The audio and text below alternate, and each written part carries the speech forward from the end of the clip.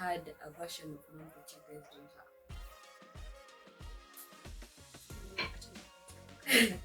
have. No, I'm fine. You guys do not have a version. Artlist.io. So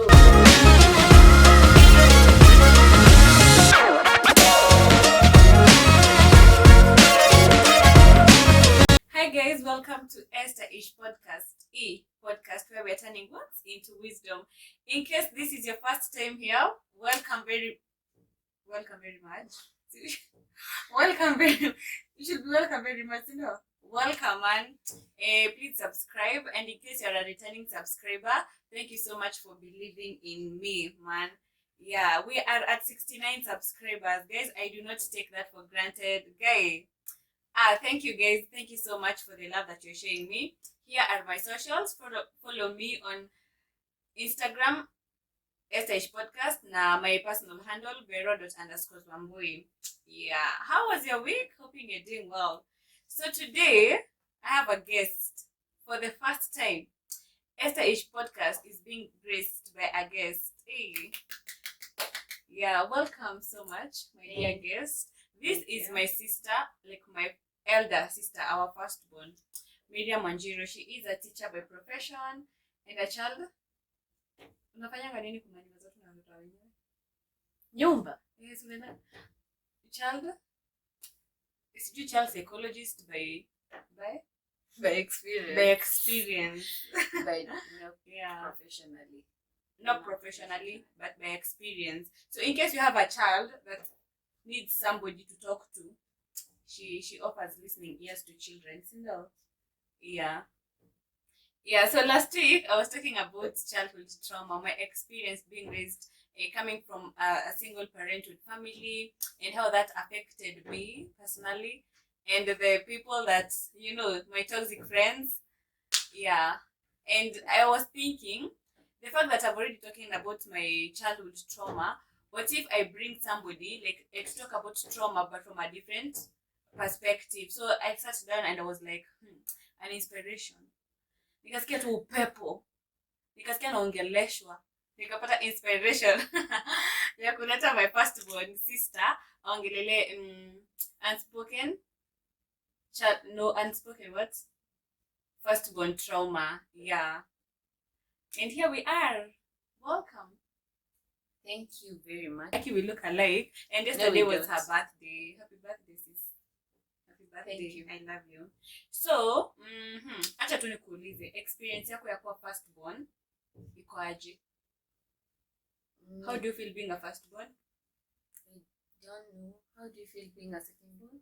Mimi niko tu. Mimi najua kuna mtu mbele yangu, kuna mtu nyuma yangu. Mimi niko sawa. Well, I don't know. You just feel like you have a lot of responsibilities. Yes, and that's it. Nikuulize, unasikia kama wewe ni therapist wa mom? Yeah. You feel like everything that she goes through, you have to either hear it or go through it. Second-hand experience. Yeah, when she goes through a bad day at work, you guys mostly are not listening. So I always have to be there. Have to be there to actually, even if I don't listen, she'll realize. But she'll always repeat it. Like, Shiru unataka nilikuwa nawaambia jana. I'm like, yes, I heard you. But it's always, I have to always offer listening ears, offer advice, even though I've not gone through it. But a shoulder to lean on, and a back to carry. So yeah. Do you feel like you listen a lot to mom? Of course, na pia sisi. Every time we have a bad day, mtu wa kwanza tunapigia ama tunaambia ni Miriam. Do you ever feel like unasikiza watu? Kuna mtu anakusikiza? Especially kwa nyumba. Yeah, I actually brought it up.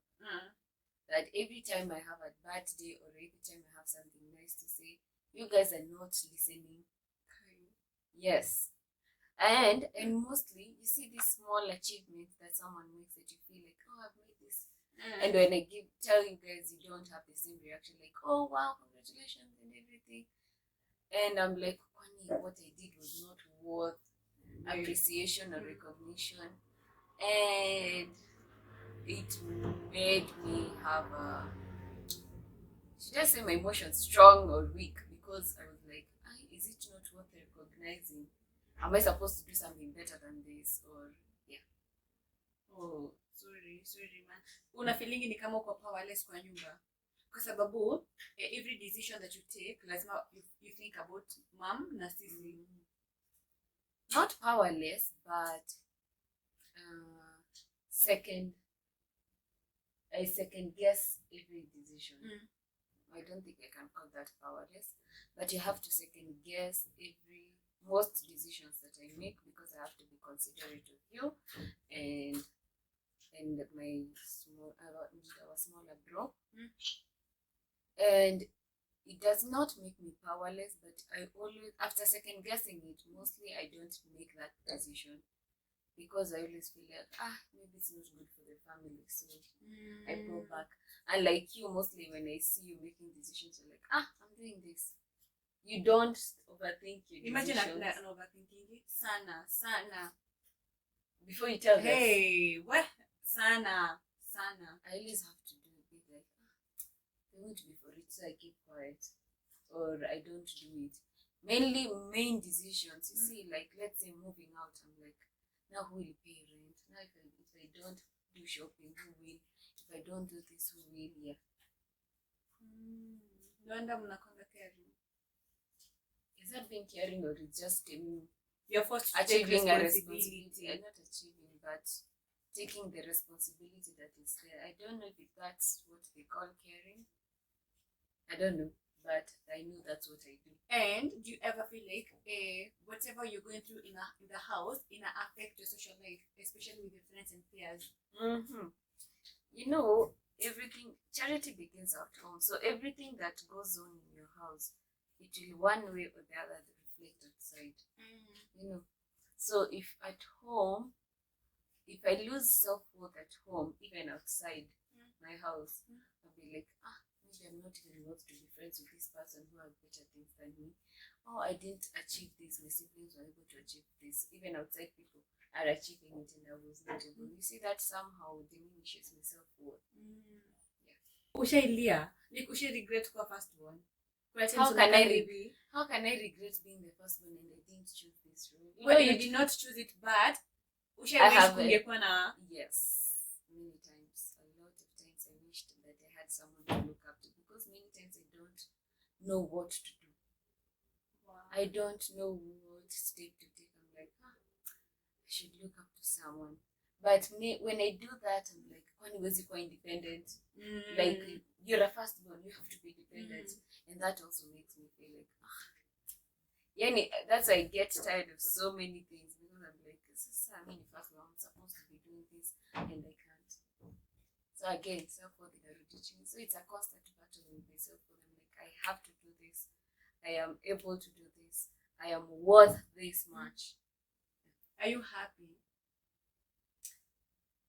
I don't know what you mean by are you happy, because are you satisfied with the fact that in as much as unasema uko na roller coaster of emotions, the fact that unaona watu wengine wakiachieve other things, uko like bado have not achieved them, alafu you have to take decision based on us, like somehow we have a say in what you're going to do with your life.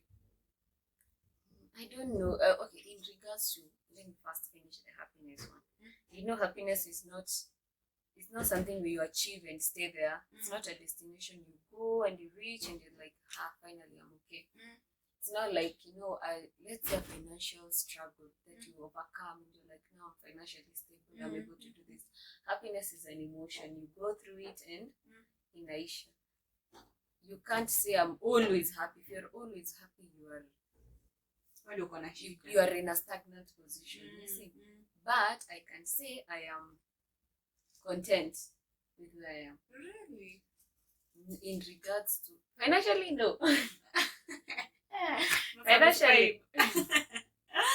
Financially, no.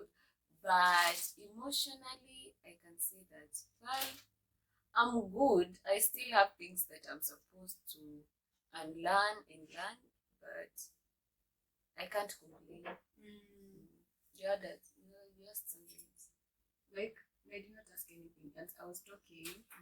Alafu nikasema, like unaonanga watu wengine wakiachieve more, alafu like if I try to achieve that and I have younger siblings and a mother to take care of, how will the end be? How will the end sometimes when I am doing things, when I look at my friends, I'm like, wow, they have achieved this, and I can't put myself in their shoes because I don't also know their background, but I know mine, and I know mine cannot. Mine is too much. It's demanding too much from me, and I can't actually achieve that. So it's about self-awareness. You know yourself, you know your limits, and you know your capabilities. I know my capabilities imenifikisha hapa, and no matter what, I try to push them. I know zimefika hapa. I am aware. Na si self-esteem issues ama nini, but awareness is important. Ukishajua mali unafikisha na maisha, hata kama unataka kuipush, do not be disappointed so much when haujafikisha, but seeing them also makes me feel like maybe I should also compare myself with them in a way, in a motivating way, not in a diminishing way. But even if I want to compare myself to them, I should have it in mind that they're not me, they don't come from the same background as me, they don't have the responsibility I do, especially financially and emotionally. Yes. Ni incident gani ishaikufanyika ambako kwa like, you know what, like to hell with these siblings of mine, to hell with my mother who's still struggling with single parenthood, to hell with life, like I just want to be me? I think it's when I loved my former job, but it was also so stressful, and every time Mom is telling me to quit, you are telling me to quit, but you guys don't see that I actually love this job. Even if they are not treated. Miriam. Yes, you guys saw that, but you guys do not see that I actually wanted to be here. And I was so done. I was like, should I just move out, leave you guys, and lock myself somewhere really far and not come back? But then I know you guys wanted what is good for me. There was a lot of pressure in there. Exactly. And I was able to handle it. Imagine sisi hatukuanga tunaona hiyo part ya pressure. Acha ni washow by the way guys. Unaona, in as much as siblings tunasemanga ati first borns wanakuanga second parents. Parents wao wana respect so much their first borns to an extent mpaka unaona ni kama sisi tunakuwa forgotten. In as much as Miriam anasema alikuwa anapenda hiyo job yake ingine, alikuwa anakuja kwa nyumba akuli, anakuja naenda analala. Sasa sisi hapo ndio tunaambiwa msikuwa mnapatia Miriam stress. Already job anapatiwa stress na nyinyi hamna kazi, hamwezi relate. Una get? So mimi nilikuwa naona mama anashinda kutupatia pressure, Miriam ati anakuja tu analala. Hii ni big deal kwa nyumba. Miriam akisema anasikia njaa, so Miriam anakuja hakuli, yeye anakuja tu anataka kulala, hataki hata kuitwa. Plus mimi mimi sinyamazi kwa nyumba. Mimi sinyamazi kwa nyumba. Anakuja anaanza kuambia vile siku yangu ilikuwa and all that, but you cannot tell Miriam akona stress. Evans brangu ni introverted, like brangu atakuwa ingi uko. Sasa mtu mwenye anazambia ni mom. Na the fact that Miriam is not okay, pia mom automatically she's not okay. Sasa sisi tuko tunaona uko unapata pressure ya job. Na sasa si utoke basi tuko hiyo job. You imagine, in as much as unasema ulikuwa happy, the way you handled like that job pressure was not okay for us. Especially wacha nijiongelele mimi kwangu. That was not okay. Juu siwezi kuongelesha, mimi nataka kukuongelesha. Alafu mama kwa like Miriam hayuko sawa, hata mama hayuko sawa automatically. Sasa nyumba mzima tumekaa tu hivi. Hakuna mtu anataka kuongelesha mwingine, Miriam asiongeleshwe. But I never really wanted that. Huko unataka kuongeleshwa? Yeah. Kila siku. It used to be seasonal. Kunio si seasonal Miriam. Kila siku utaki kuongeleshwa. And the day that I actually wanted to talk, it's not like you guys wanted to listen. Every time nikiongea mnakumbuka na watu tukumbuki because you guys were not actually. Sasa tutakumbuka jana ulikuja ukasema I had a bad day, unaenda unalala. Even the good ones, you guys never remember. Lakini mimi nakumbukanga siku zako mzuri za job. Ulikuwa unakumbuka seasonals one. And I also wanted really to offer listening here to you. It's just that you really took time to open up. Yeah, you really took time. And every time, and when you actually did, I thought maybe it's time for me to step back. And because I don't know how to step back in a healthy way, that's why I just went to sleep. Because I was like, let Vero have a day, let Vero talk. I didn't know that's what you were going through, by the way. I didn't. Baby, hiyo time yenye wewe sasa ulikuwa ulianza kupata job na sasa mimi sio ndio nilikuwa nimemaliza high school. Na hiyo time ndio I wanted to be felt I know how to do things. Unakumbuka? Hata sasa hiyo ndio time nilikuwa sasa nakuja na kihere kai guys people change. Hiyo time ndio nilikuwa nakuja na ma stories tena mtu wa kuambia kwa nyumba. Mtu mwenye anafaa nini niambie hataki kuongeleshwa. Sio kila siku. I used to hear your random stories of how you went out with your friends, and how you don't want to go out with your friends because you feel insecure of our current situation in the house. We used to hear all of them, even though I didn't process them. I used to hear everything. Even when you are in a bad mood, I used to know. Even when Evans is in a bad mood, I always know. That's why I always like, Mom, don't talk to Vero like that. Vero is not in a good mood. And at the end of the day, Every hapo pa mama. Every day. And every day when I tell Mom that so and so is not in a good mood, she'll be like, why are you branding that person that they're not in a good mood? Did they talk to you? But I always knew guys' emotions, their highs, their lows, I knew all of them and I understood them. It's just that because I know you're not in a good mood, I usually don't come to disturb you when you're in a bad mood. Do I? I don't like pushing. Because I know how it feels like to not want to be talked to. But you push. Mimi ni uji unakusukuma mpaka na miguu. But you push. And I get so mad that you don't actually understand me. And I try my level best to understand you guys. Imagine sometimes nonanga, at times you carry a lot of burden for our sake, of which size is in watu wakubwa. But I don't know how to let that go. Because I've been carrying it for so long. I don't know how to. You get. Because once I let go, I don't know what to do with what's left. Because that emptiness, now that lightweight that has been left, I don't know what to do with that. Alafu nikuulize, do you ever feel the emotional presence of Mom? Nowadays I do. She changed, by the way. You guys do not know what I went through. Even if you guys are saying, oh, she doesn't know how to process her emotions, she comes from work, goes to sleep. It's because I had a version of Mom that you guys don't have.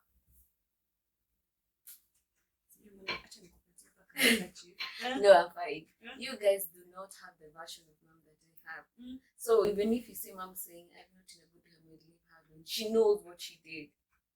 And she knows what she's trying to help me heal. You see. So even as much as she knows how much baggage I had to carry for her every single time. The thing she had to blame me for that you guys did, I did not even know. You see, like let's say the day Evans got lost when we were young. I was beaten and he was not. Because I was supposed to know where he was. As much as she was trying to instill responsibility, I don't think that was the wisest way. But she came back and, okay, that was after years and years. I've not forgotten it, but she tried to help me heal through that. You see, to help me learn that, yes, I blamed you for things that you were not supposed to be blamed for. And I am sorry. So she tried to make up for that.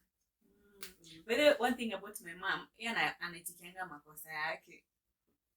At least 97% anaitikianga makosa yake. And she tries to make up for it.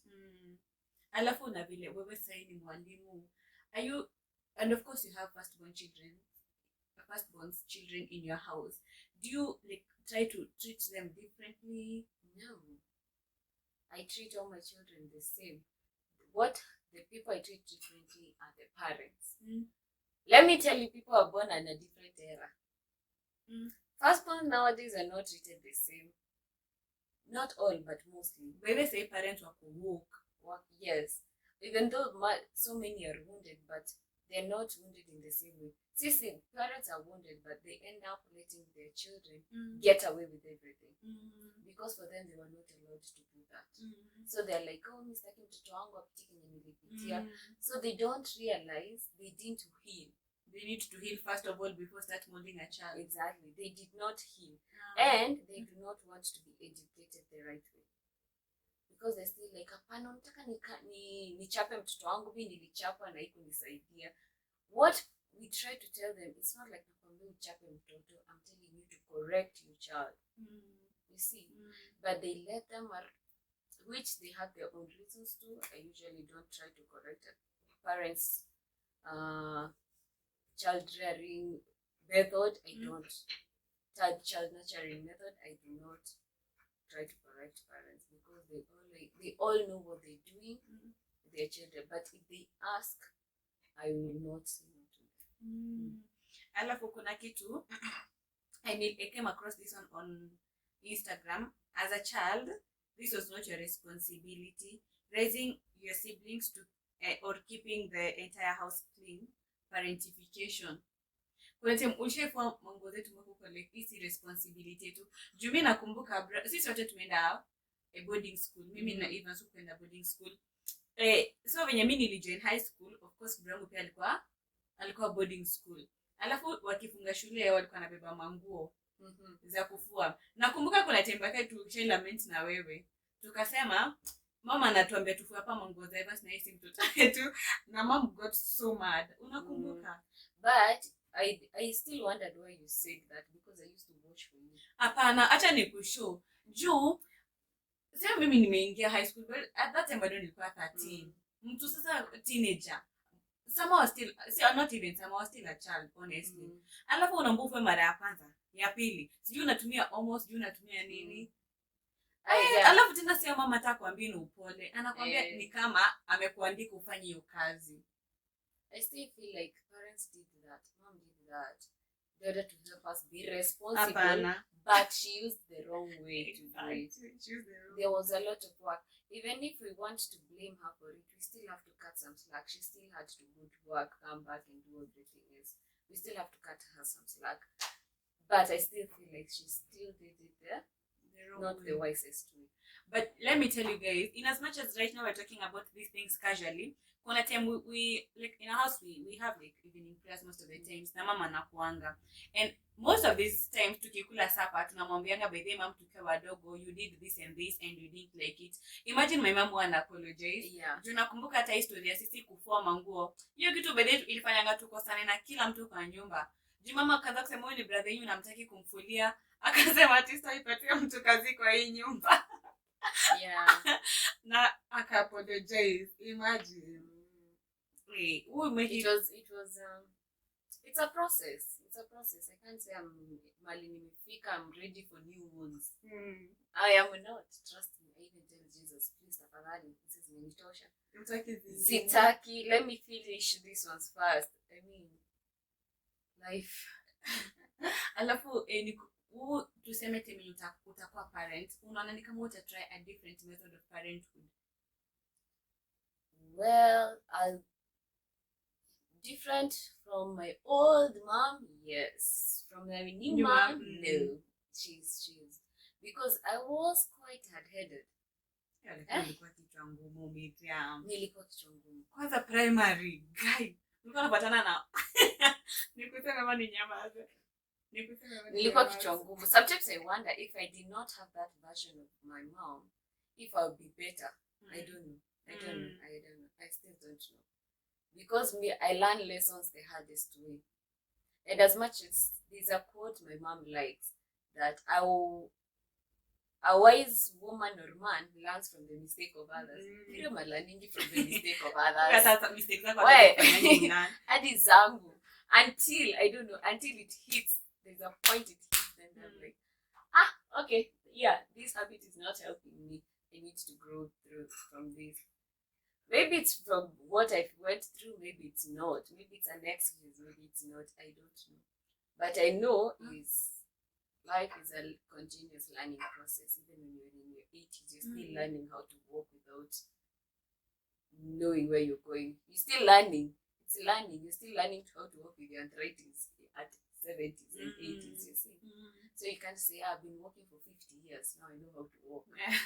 You see? Yeah. So it's continuous learning. Yeah, true. Alafu, this is a mental note. A child is not responsible for the unprocessed pain of a parent.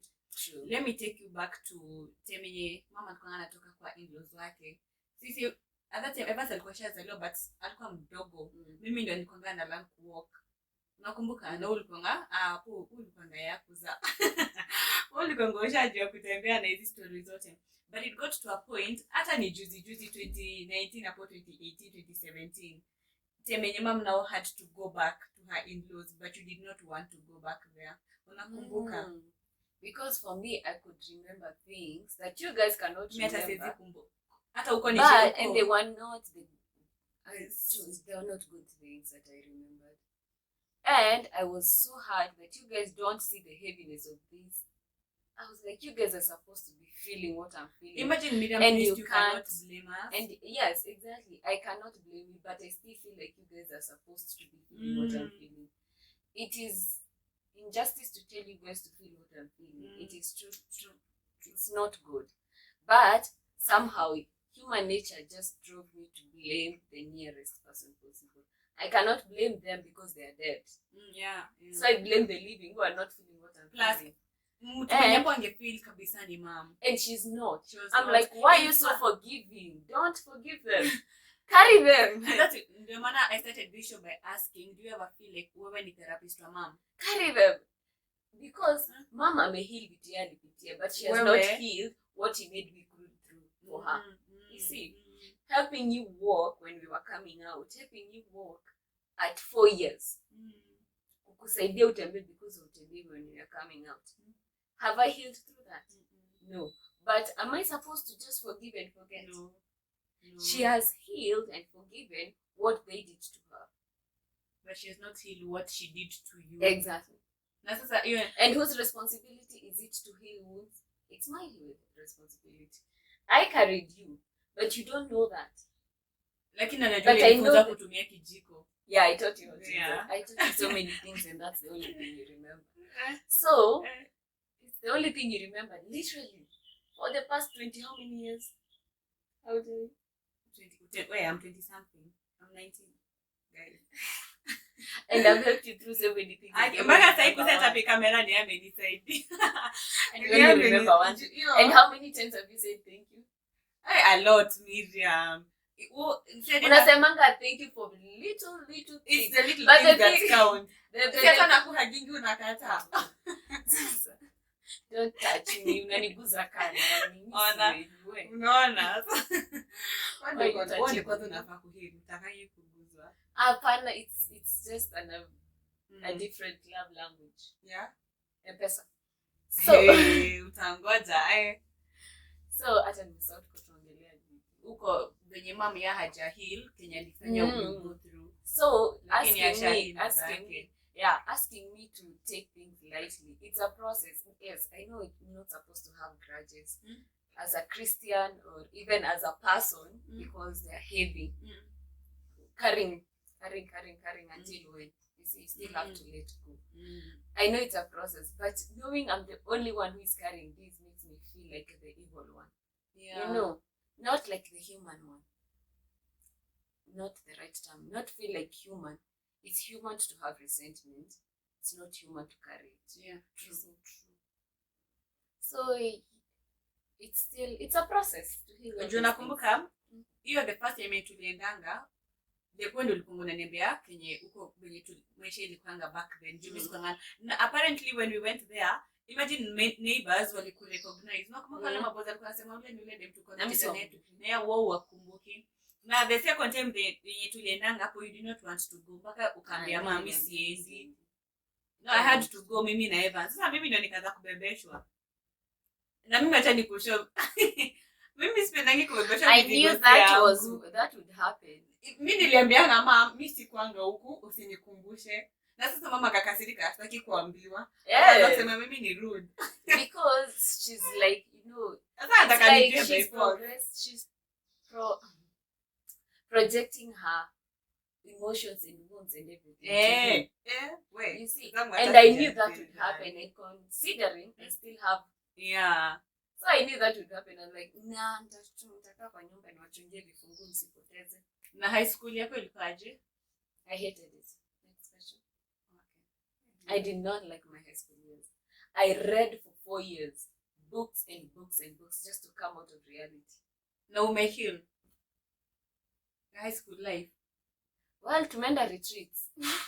I know tumeenda retreat. Tumesarenda zingine bado zinatufuatanga kwa ndoto. Oh yeah. Such is life. Okay. Alafu kuna quote inasema, my kids' mental health will be my top priority when I'm a mom. Yeah, that's something I usually tell myself. You see, like the way my mother has this thing of, when she's around, you guys have to talk about how your life is. By force. So she has to make sure you guys are healthy, are mentally healthy. And it's really, really helped me see parenthood in a different view. Because I came to a point of, okay, my mom has helped me, but every time I look at other people, I'm like, I usually see, the way I tell you, I see other people's pain. I don't know, it's a level of empathy, and it's deep. I'm so empathetic with people. I see people's wounds when they talk. Not wounds, but their pain. Even if I won't tell them, and I usually tell you, even someone on TV, I'll be like, that person is in pain. Even if they're smiling, somehow I know when a person is in pain. When someone is in pain. And knowing all that, that's why I tell you, I've seen mom go through things you guys cannot see. And I was forced into that level of empathy because I could see mom struggling through something. She doesn't have someone to talk to. So I would go to her, ask her, tell me, even at a young age, then I carry that. Yeah. And it's a level of things that she has to tell me. Even something. Exactly. And even things that she doesn't tell me, I'll be like, wow, mama kona mood mbaya. And I know si mood mbaya, si hasira towards us. Ni hasira ya, I have to pay this, I have to do this, I have to do this. It's only one mom. You see? Yeah, true. So even if sometimes I want to say, oh, she used to be like this, but I still have to understand what she was going through at that time was difficult. So hata nikisemanga, oh, parents are this, parents are that, we have to cut parents some slack. Like, they seriously give their best. Kwa sababu tena again, parenthood haina manual. Haina manual eti, it's not that she chose to be a single parent. It's not like she chose. Yeah, she didn't. Plus hiyo tu ndio knowledge yako nayo ya kuturaise. Yeah. So yeah, I'm still grateful, and as a parent, I really hope to be better. I don't know if I'll be, because I somehow think that nitapelekea watoto wale alafu arudisha tu. I don't know, I can't handle it just beyond 10. Na sahi experience yako venye wewe unaweza raise mtoto as a single parent? No, I'm emotionally unstable for that. Why? Me see maneno na why? As a single parent, there is no manual, yes, but I have to say single parents, especially dads, okay, moms are strong in everything, but dads go through the worst. With all their masculinity, they have to face their feminine side in order to. Because they have to be compared so much. That's why you find so many dads getting stepmothers who end up messing up the families and families of the biological children of the dad. And I don't think I can be a single parent. God forbid it. But I don't want. If it was a choice, I would not want to choose it. I know, okay, it's different times, but most people do not choose. Most people do not. But if I had a choice, I would actually choose for a complete family. I have seen a single parent family. I have lived it, and it's not something I would. You have taken the burden. It's not something I would entrust my children to. Yeah. Plus, again, for me, the trauma. What I went through, I cannot put another person there knowingly and willingly due to my selfishness. No. Hey, man, If no. it was out of selfishness, no. But if it was out of things that cannot be controlled, I know God will give me the grace. And I have an awesome brother, so I know he cannot just let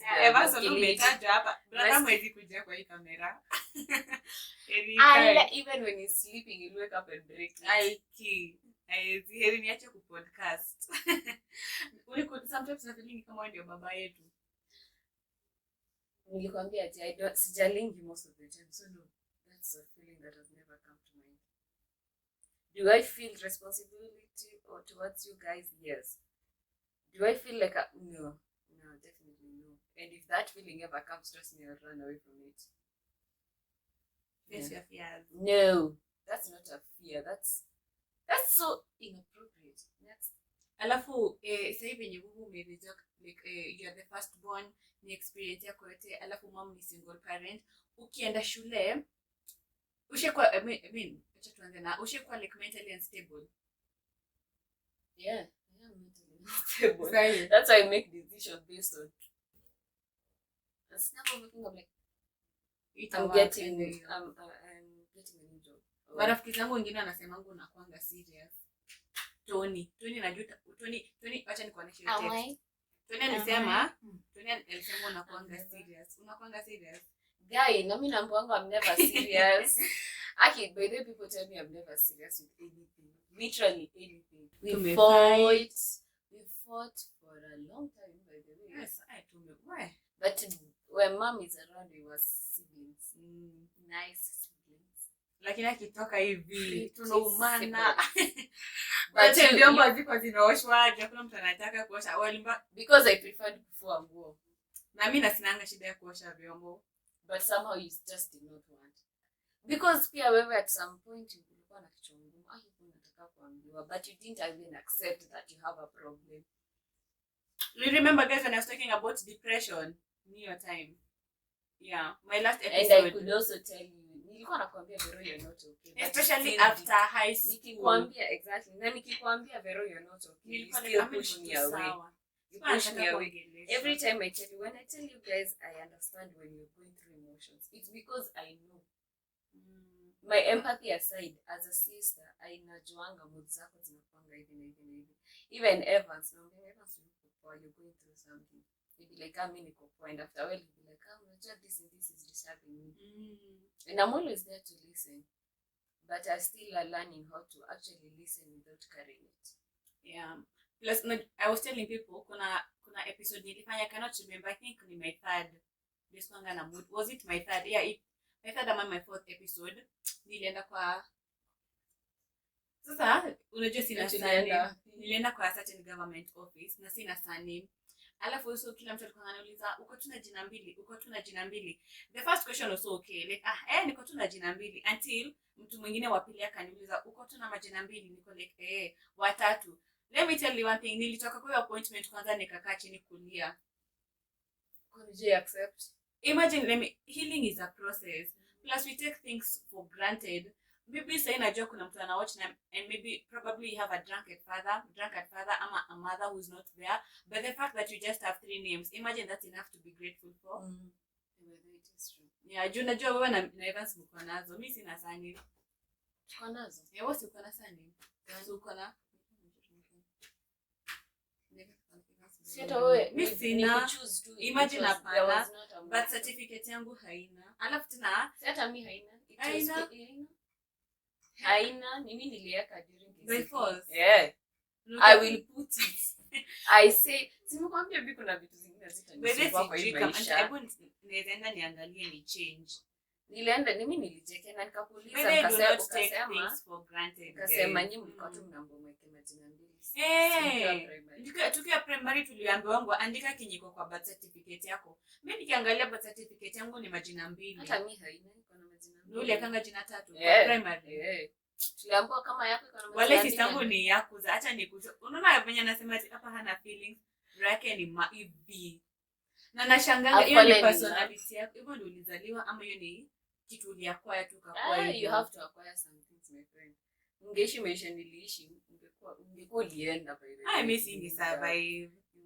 Ndio mama softy. Wale missing is and that's a summer thing. Yes, people just say, "Oh, Miriam Wanjiru feelings," but I became so good at burying the feelings. I became so good that even when I want to heal, I'm like, Sandaza, zishakuwa mawe, zisha solidify. I have to maybe look for them, melt them. So not that I don't have feelings. Nowadays, I'm now getting good at processing things. I'm like, okay, I'm sad. This made me sad, and it's human. You see, and I like the catechism of the Catholic Church that teaches us how to reflect. Every end of the day, there is usually it's in whatever those ones. That at the end of the day, it was usually meant for people to reflect on their sins and to prepare yourself for confession whenever you're going for confession. But nowadays it has been made for you to reflect about your day, so that you can know what you did and bad that you can make better. Yeah, true. So I'm becoming good because of that reflection, and that though I'm not doing it every day because I'm busy. Oh my God, I'm so busy that the only time I can sleep is Sunday morning, and this one is waking me up to go for mass. I'm like, 5 o'clock is my mass. Tafadhali mimi 5 o'clock at Karen. Hiyo ndio mass yangu.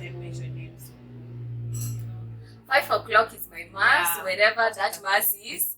Kama ni kuenda town, nitaenda town hiyo 5 o'clock, nikaenda hiyo misa. Msiniamshe, I've been busy from Sunday to Sunday. Lakini hata Miriam nikuseme hata wewe. Imagine guys, wewe na Evans mnaendaga tu mass time yenye mnajisikia kuenda. Well, I will not be surprised next time hamtaenda. Tutaenda. 5 o'clock. 5 o'clock is anywho, acha nikuulize swali ya mwisho as we wrap up. Is there something apart from your high school life? Which part of your life don't you speak about? Just my high school. My high school life. Na college, how's college? College was fine. It's not like I had much going on because most kids, but most of my schoolmates were well off. They used to come in with cars. Literally 90% of those people, they'd come in with cars and drivers and stuff. And again, there are things I actually don't let bother me. And like sasa nikianza kujikompea na mtu akona gari, mimi hata pesa fare ya matatu I used to struggle. Sindi ngangane tu na shida nawezana. You see. Really? But my college life was not. The one thing about Miriam, unachukanga tu challenges as they come. Kuna vitu zingine hata wewe.